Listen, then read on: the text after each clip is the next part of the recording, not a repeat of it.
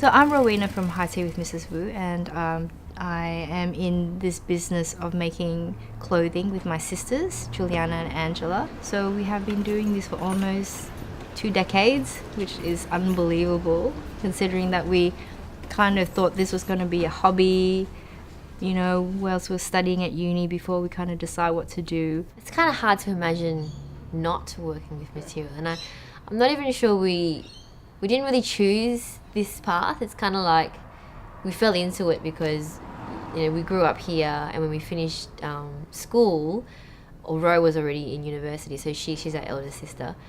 She just had this really crazy opportunity where her friend was like, you know, I'm thinking of going travelling, and I run this op shop on Derby Street, and do you want to take it over? Well, we grew up in Malaysia when we were very young, and our parents and our grandparents, I guess the ladies in our family always made their own clothing. Grandma was like lots of, you know, grandparents in that era, was just a collector and never wanted to waste anything. And she had this beautiful timber wardrobe that we'd open up and you just see these piles of folded offcuts or collections or old pajamas or things that she could reuse.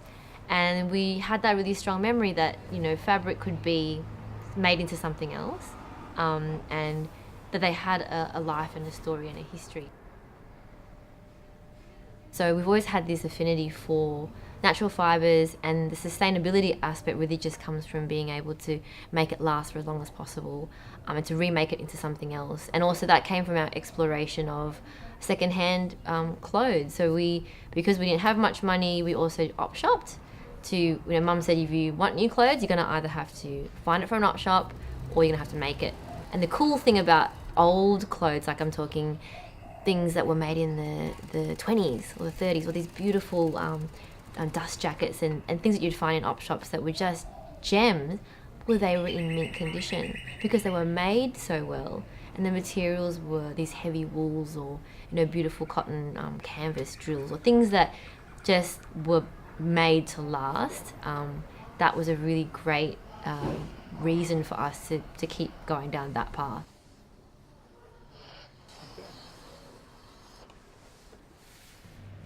The way we make clothing, it's meant to be worn for a very long time, but understanding that it will break down.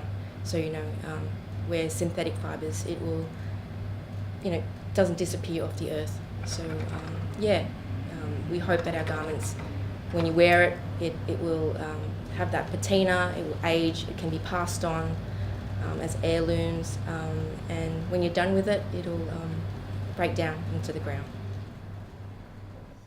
It's like if we're designing something, it can be either informed by the fabric.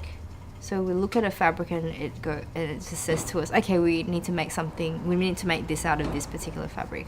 Or it's the other way. It's like we've got an idea and then we look for the fabric. So it's equally they're fantastic as a process. But what's really nice is when we see a piece of fabric or we feel a particular type of fabric, and it kind of very quickly decides what it wants to be.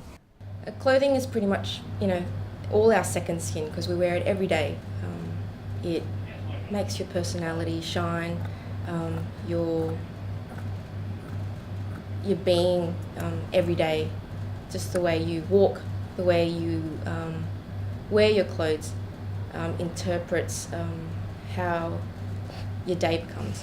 That's pretty cool that something that we make can have that ripple on effect, and that's like, I can't really imagine working with anything else because what else could have such a powerful impact on a person's daily experience? That's pretty cool.